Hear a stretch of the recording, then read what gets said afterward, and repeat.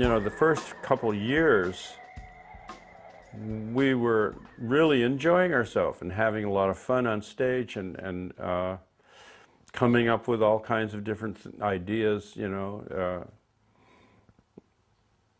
and he really enjoyed that. But then, like, as time went on, he became more of a perfectionist and getting angry if it wasn't perfect, and stuff like that. And so it became less fun to do. Well, I don't think Frank was ever very happy with, for the most part, the band in some ways, because if somebody made a mistake, it was, you ruined my music. But he was heavy about that, man. Really picky, no mistakes, except he could make mistakes if he wanted to, and he did. He's the only one in the band that ever made any mistakes. The rest of us were too well rehearsed, man, and nobody wanted to get the daggers thrown at him, because he used to turn around and he'd give you a look like you wouldn't even believe, man. I'm guessing Frank was just at the point of his career where he was learning a lot of stuff. I mean, he was writing a lot of stuff. I was shocked at some of the boo-boos he made. I remember one night we were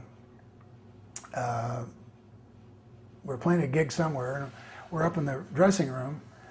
It was either before or after the show, I can't remember which, and he had some pieces, a chamber piece that he'd just written, and he wanted it to be played. So I was just sitting there, and it was for trumpet and bassoon and something, I don't know what it was, 4 or 5 musicians. So the guy started playing it. At that time, Buzz Gardner was in the band, Bunk's brother, excellent trumpet player, and he was playing along, and all of a sudden they stopped, and Buzz says, "Oh man," he said, "I'll be damned." He said, "I used the wrong trumpet." He said, I've used my C trumpet, and the part was for B flat trumpet, or something like that. I can't remember what it was. In other words, the part he had played was exactly one whole step wrong. And Frank didn't even know it. It's really a mixed bag, because you're out on stage and you're playing really great music, and people are applauding and everything. And so even though Frank is sitting there like growling at everyone, we're still having fun,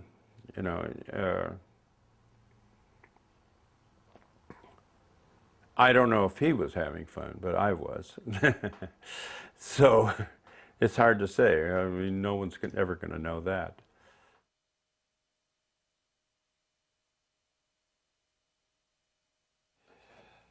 We had to do something in order to keep from getting completely bored doing 3 shows a night. I'll tell you a story about one thing that we did, Ray Collins and I. These girls used to come to see us play. They came almost every weekend from, I think they were from New Jersey or from Long Island or someplace. Really, 3 pretty straight girls. They presented the band with this giraffe that was about this high. The neck came up to about right here, but it stood up about this high.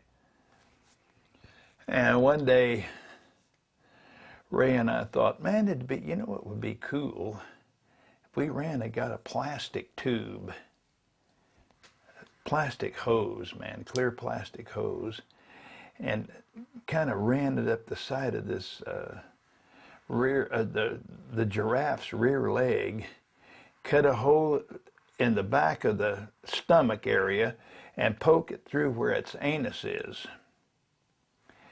and set it like this, facing the audience, the ass facing the audience.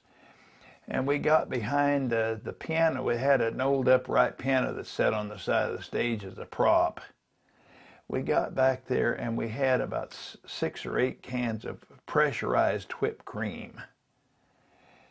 And they were playing something, I think it was King Kong or some, they were into something, and we started squirting this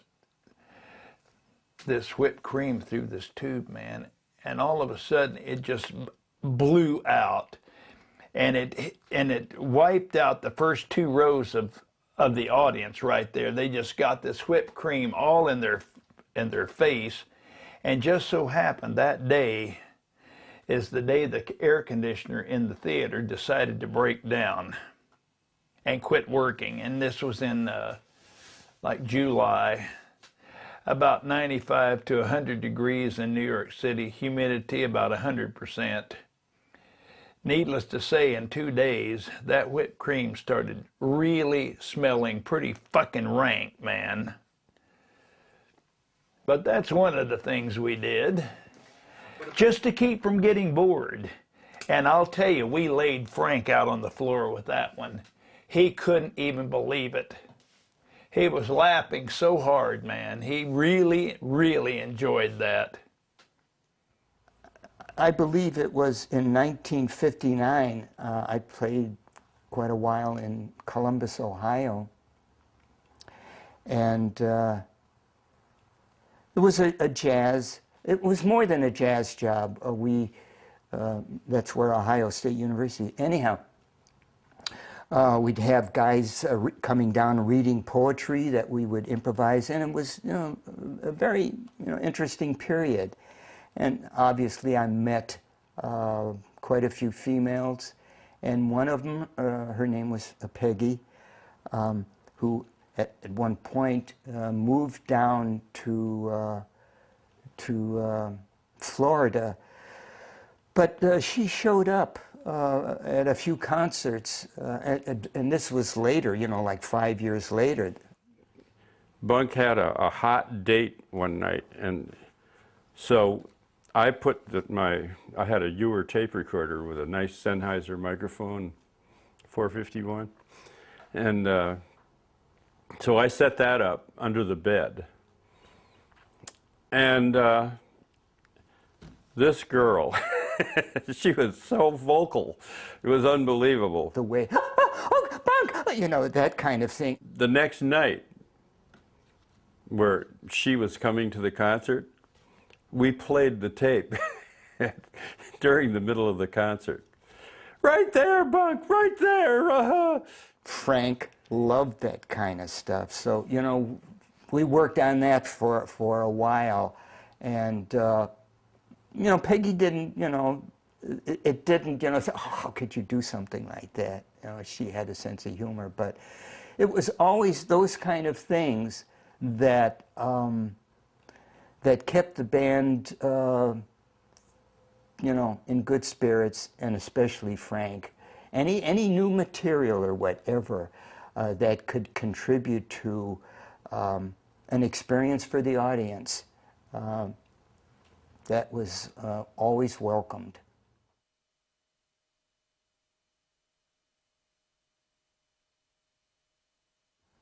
It was only in the last couple of months that things started getting a little difficult, and we started mumbling amongst ourselves, what's going on, what's Frank going, what's he doing, So, and I felt that he wanted to be the leader, be the owner of the group. Well, it was a gradual process. But I think that Frank was motivated socially and politically about a lot of things. And I think deep down he always wanted to be a spokesperson for the band itself. And I think early on, he didn't want anybody, any journal, whatever, he wanted them to come to him. He didn't want anybody in the band giving, interviews and, views about certain things or whatever. And eventually, it almost, it did get to the point where Frank would stay here and the band would stay here, and it was just, trying to create this image of somebody that was a total freak, somebody, through pictures and music and so many other things that created this cult like figure to the point that we certainly were playing in larger venues and more people. So again, it was a gradual process, but you know, that's the way Frank wanted it. I had a good relationship with Frank. I liked Frank, always did, man. He always liked me. I mean, you know, I was with the band from the beginning till the end. And I always did what he wanted me to do, man. I never gave him any shit, and I did that even after I left the band. I always did what he wanted me to do. If he'd call me up and say, can you do this thing for me? And I'd say, sure, man. And I'd go do it. That's okay, I don't mind.